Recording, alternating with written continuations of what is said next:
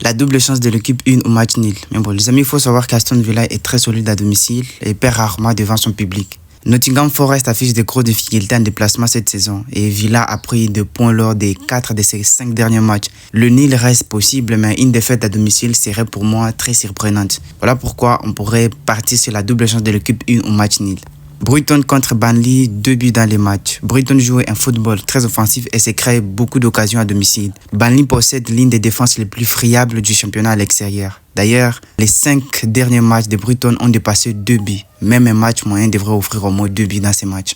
Wolves contre West Ham, un total de moins de 4 buts. Wolves est une équipe très disciplinée défensivement à domicile, d'accord. À ce qui concerne West Ham, je pense qu'il adopte souvent un bloc compact face aux équipes de niveaux similaires. Leurs confrontations directes sont généralement fermées, peu d'espace, peu de folie offensive, un match plus tactique que spectaculaire, ce que je pense sur ces matchs. Voilà pourquoi on pourrait peut-être tenter moins de 4 buts. Le code promo TEC60, c'est le code promo qui vous donne 200% de bonus. Si tu n'as pas encore créé ton compte avec ce code promo, c'est le temps de le faire maintenant. Bournemouth contre Arsenal, la double chance de l'équipe 2 au match nul. Arsenal reste supérieur sur le plan collectif et individuel. Bournemouth lutte contre les équipes du haut des tableaux et en ce qui concerne les Gunners, ils ont perdu très peu de matchs face à des équipes de ce calibre. Moi, je pense que même en déplacement, Arsenal a les armes pour éviter la défaite sur ces matchs. Celta Vigo contre Valence, un total de moins de 4 buts. Celta Vigo et Valence sont souvent impliqués dans des matchs tirés. Les deux équipes marquent peu mais défendent avec sérieuxité. Leur dernier face-à-face dépasse rarement 3 buts, je pense, et les rythmes devraient être contrôlés, fermés.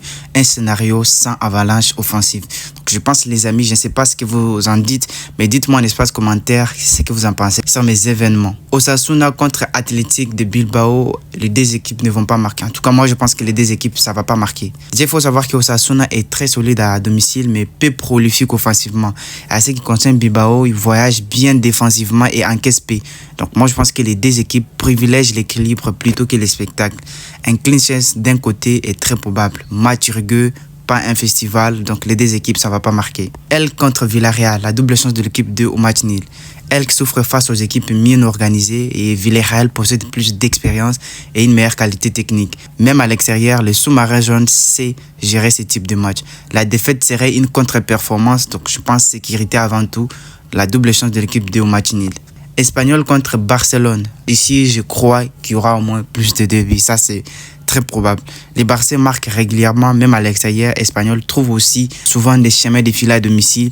Et moi, je pense que les derbys catalans sont rarement fermés. Avec la qualité offensive présente, 2 buts semblent les stricts minimum pour ces matchs. Le spectacle est très attendu. Alors, on passe à la CAN phase finale, je crois. Sénégal contre Soudan. Un total de moins de 4 buts, d'accord. On partirait sur moins de 4 buts. Le Sénégal maîtrise bien ses matchs en phase finale et je pense que le Soudan joue très bas et ferme les espaces. Peu de risques pris, beaucoup de contrôle. Les matchs de CAN sont souvent serrés. Victoire probable, mais sans carton. Voilà pourquoi on pourrait peut-être partir sur un total de moins de 4 buts. Mali contre la Tunisie, les deux équipes, ça ne va pas marquer. Je vois les deux équipes très disciplinées tactiquement. La Tunisie encaisse peu, mais marque avec parcimonie. Les Mali misent avant tout sa solidité offensive et défensive. Les occasions devraient être rares et match fermé typique de la CAN. Je vous laisserai les liens de notre groupe Telegram en premier commentaire dans la description également. Donc si vous souhaitez nous rejoindre, ce serait le temps de le faire.